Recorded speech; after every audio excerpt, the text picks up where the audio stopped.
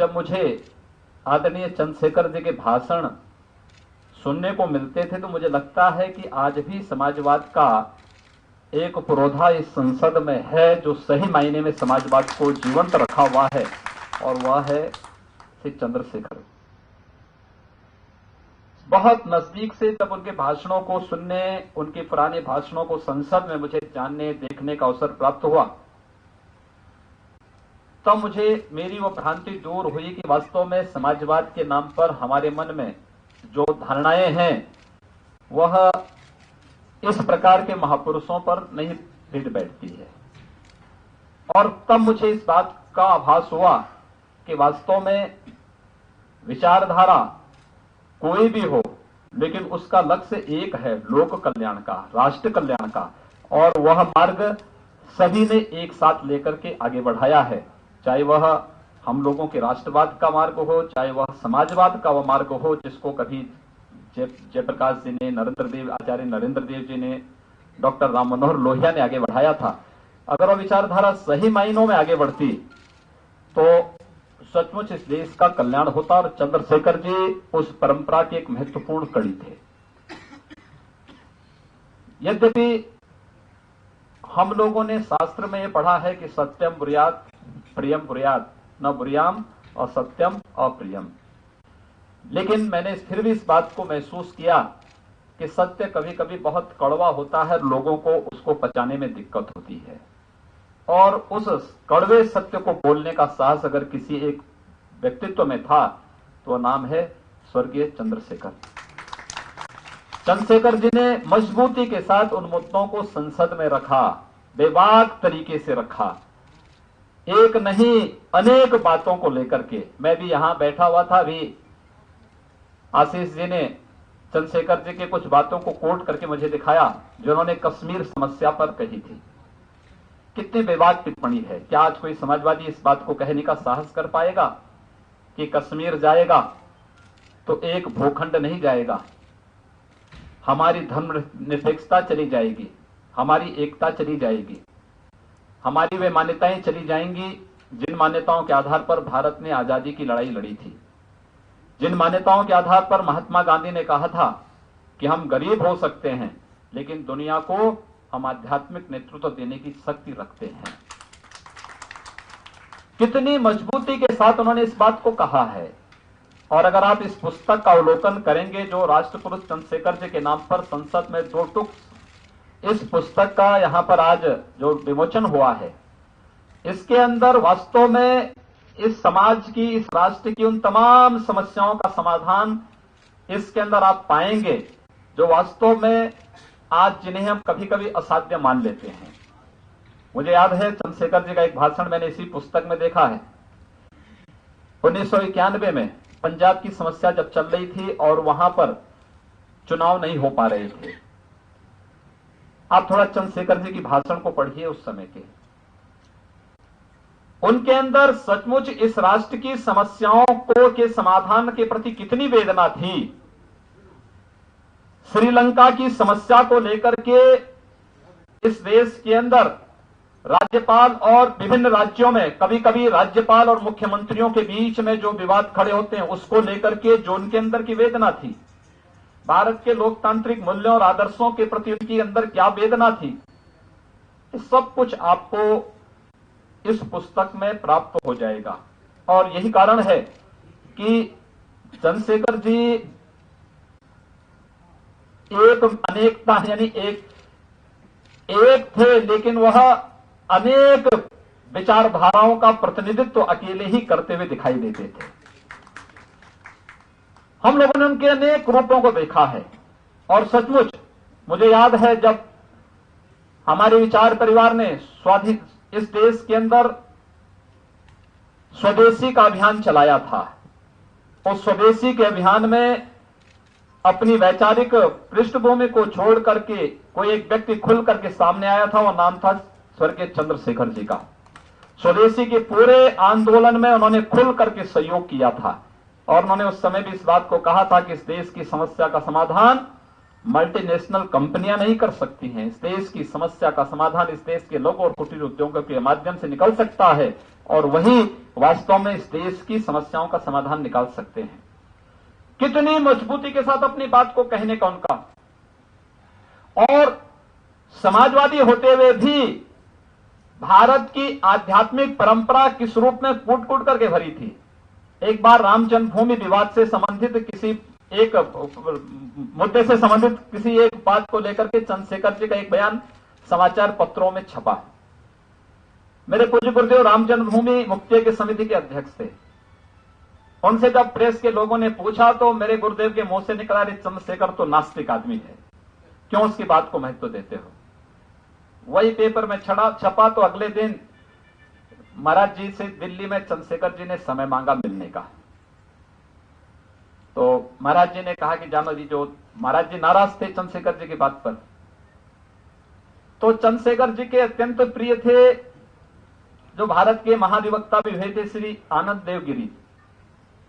Shri AD Giri ji को उन्होंने बुलाया। श्री आनंद देव गिरी का जो शिक्षा दीक्षा गोरखनाथ मंदिर में ही रह करके हुई थी। गोरखनाथ मंदिर में ही उन्होंने रह करके पढ़ाई की थी। तो मंदिर से और पूज्य महाराज जी से उनका बहुत अच्छा घनिष्ठ संबंध था। तो इलाहाबाद से एडी गिरी बुलाए गए और एडी गिरी को बुला करके महाराज जी के पास भेजा गया। महाराज जी को लेकर के उन्होंने कहा कि जैसे भी हो महाराज जी को लेकर के या तो आप हमारे घर में लेके आए, अच्छा होगा घर में ना लेके आते हो तो हमारे आश्रम भोरसी आश्रम में लेकर के आइए।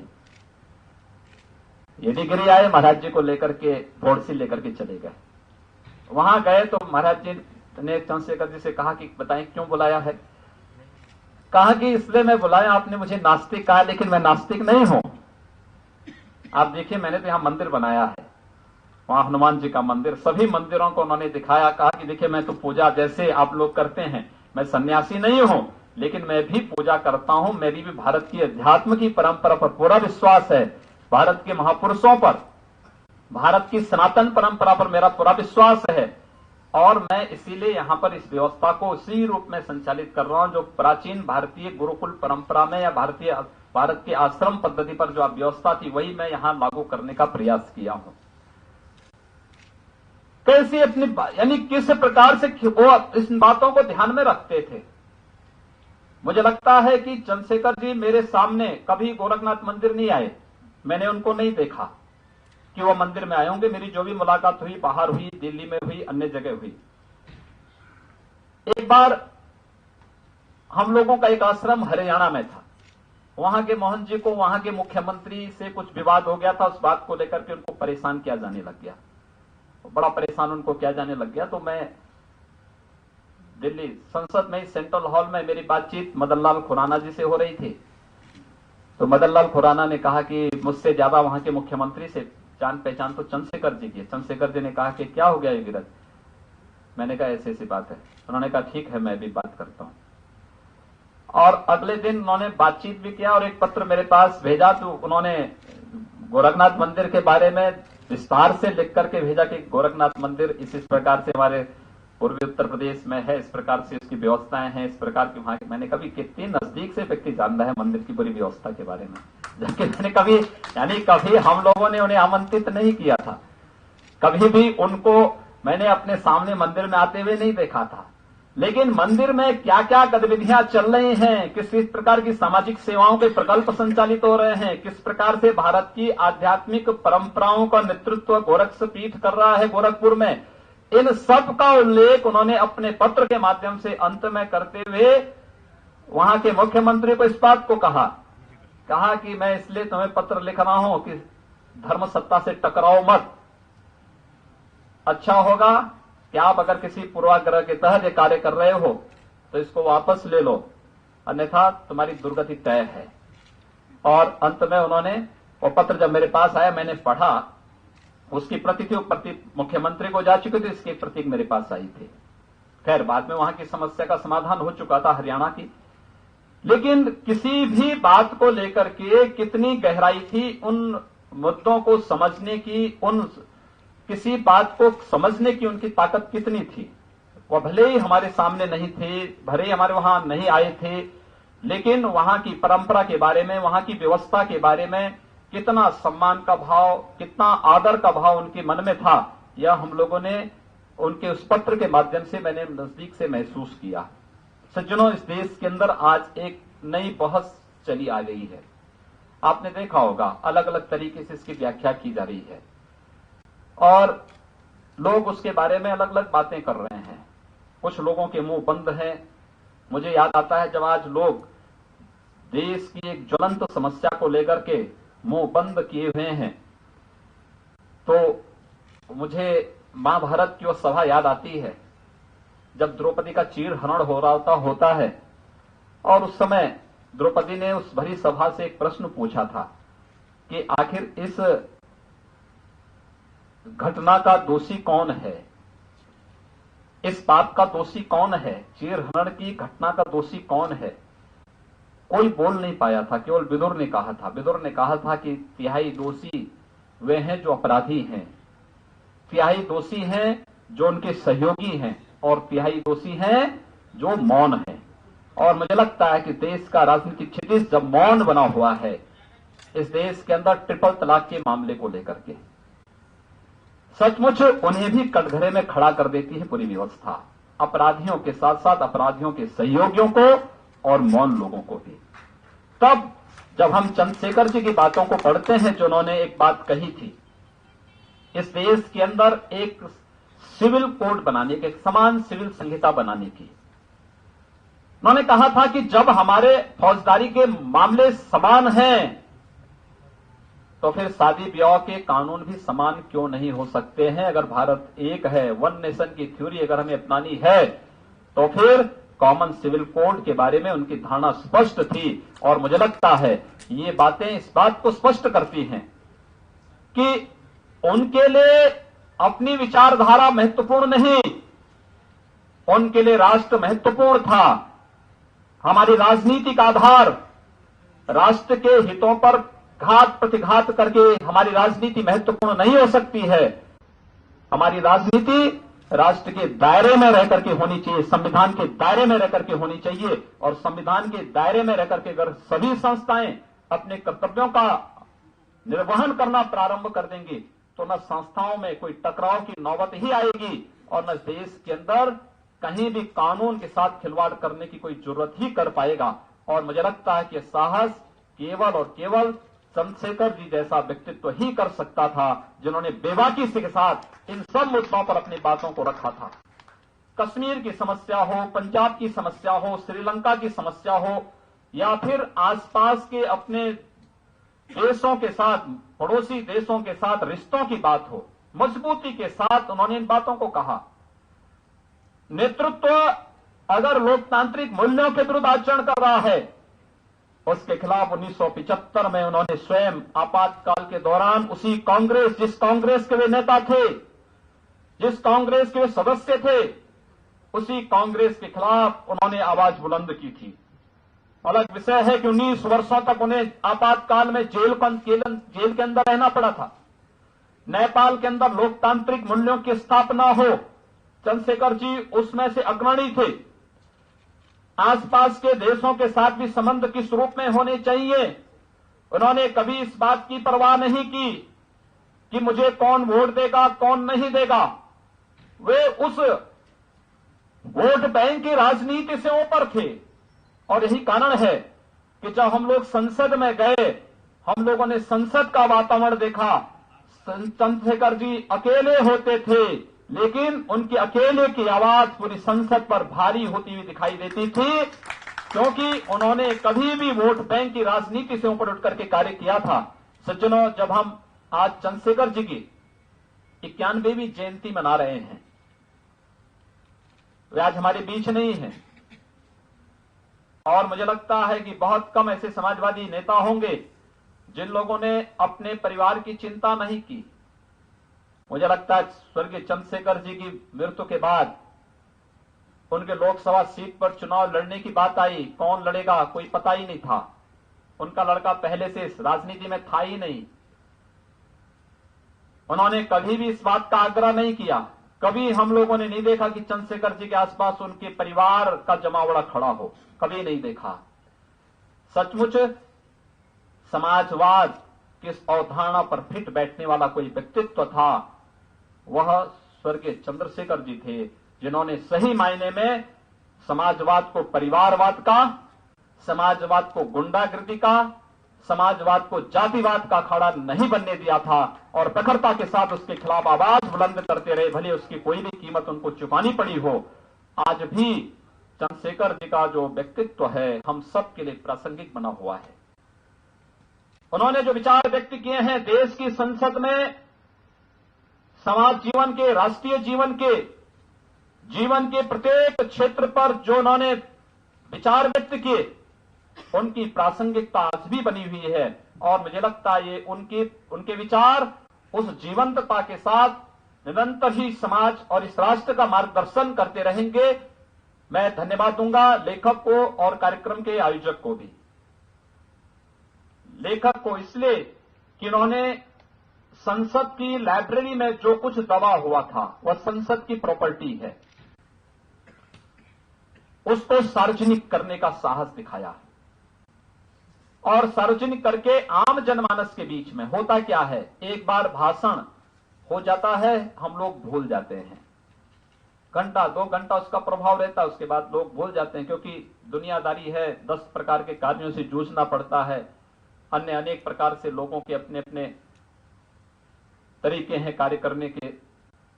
लेकिन जब वह किसी पुस्तक के रूप में आता है और एक रेफरेंस ग्रंथ के रूप में जाता है, पुस्तकालयों की शोभा बढ़ाएगा, महाविद्यालयों में जाएगा, विभिन्न प्रकार के विश्वविद्यालयों में जाएगी, अन्य महत्वपूर्ण पुस्तकालयों में जब इस प्रकार की पुस्तक जाती है तो लोग उससे इस बात का आभास करते हैं कि वास्तव में उस महापुरुष ने कब क्या कहा। और विभिन्न अवसरों पर संसद की जो डिबेट है वह महत्वपूर्ण होती है, अत्यंत महत्वपूर्ण डिबेट होती है। जिन लोगों की धारणा है कि संसद में कोई कार्य नहीं होता है, मुझे लगता है कि उनको इस मिथक को तोड़ना पड़ेगा। वे कभी जाएं, संसद की कभी होने वाली उन गंभीर चर्चाओं को बनाएं। हमारा एक पक्ष है, अक्सर हम इस बात को देखते हैं, हम नेगेटिव बातों को खबर बनाते हैं, नकारात्मक चीजों को खबर बनाते हैं और नकारात्मक चीजों को खबर बनाने का दुष्परिणाम क्या होता है, समाज में भी उसका नकारात्मक प्रभाव पड़ता है। अच्छा होता कि नकारात्मक चीजों को अगर एक बार हम आंख बंद कर लें, जैसे कहीं गंदगी है तो क्या हम उस गंदगी में झांकने जाते हैं, क्या गंदगी को इग्नोर करते हैं, उसको नकार जाते हैं। वैसे ही अगर समाज में कहीं नकारात्मकता है, उस नकारात्मकता को एक बार हम नजरअंदाज करना प्रारंभ कर देंगे तो समाज में एक सकारात्मकता आएगी, एक रचनात्मकता आएगी। और उस रचनात्मकता को पैदा करना ये केवल किसी संसद का या विधायिका का काम नहीं, केवल न्यायपालिका का काम नहीं, उसको क्रियान्वित करना केवल कार्यपालिका का काम नहीं, बल्कि मीडिया की महत्वपूर्ण भूमिका उसमें हो सकती है।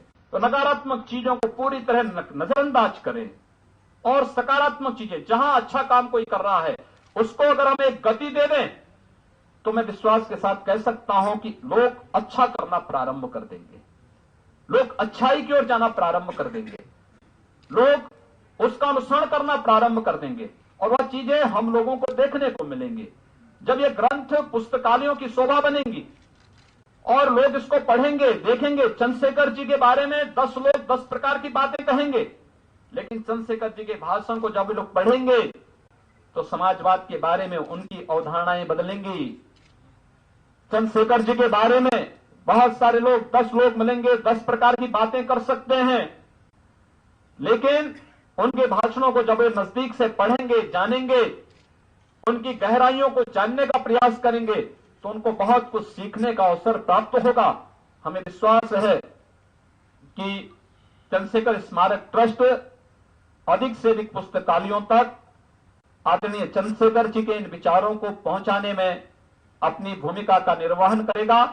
यह उस पीढ़ी के प्रति जिसने सही मायने में इस समाज के लिए जीवन जिया था, राष्ट्र के लिए जिनका जीवन होम हुआ है, उन महापुरुषों के लिए इस प्रकार की समितियों का एक समर्पण होगा, इनकी श्रद्धांजलि होगी।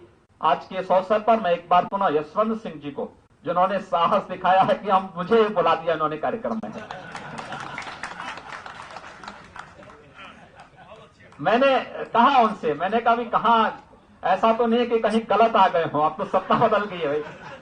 तो खैर यशवंत सिंह जी पहले भी आते रहे तो पहले से मुलाकात थी, उनकी पढ़ाई तो गोरखपुर में ही हुई है। तो उन्होंने कहा कि नहीं नहीं ऐसा नहीं है, हम जो है चाहते हैं कि हिंदी संस्करण जो आया है इसका हो।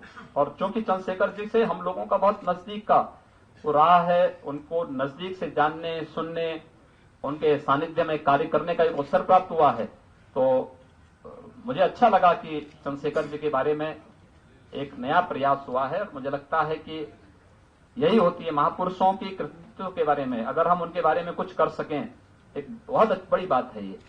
भाई जिस कार्य को लोग उनके पुत्र और उनके परिवार तक हम लोग सीमित कर देते हैं, एक समिति, एक स्मारक समिति जो केवल चंद्रशेखर जी की विचारधारा को लेकर के कार्य कर रही है, उनको आगे बढ़ाने का प्रयास कर रही है, एक सार्थक प्रयास है। मैं यशवंत सिंह जी को और उनकी पूरी टीम को इस बात के लिए हृदय से बधाई दूंगा, साधुवाद दूंगा, जिन्होंने एक महापुरुष के कार्यों को जन जन तक पहुंचाने का एक अभिनव प्रयास किया है।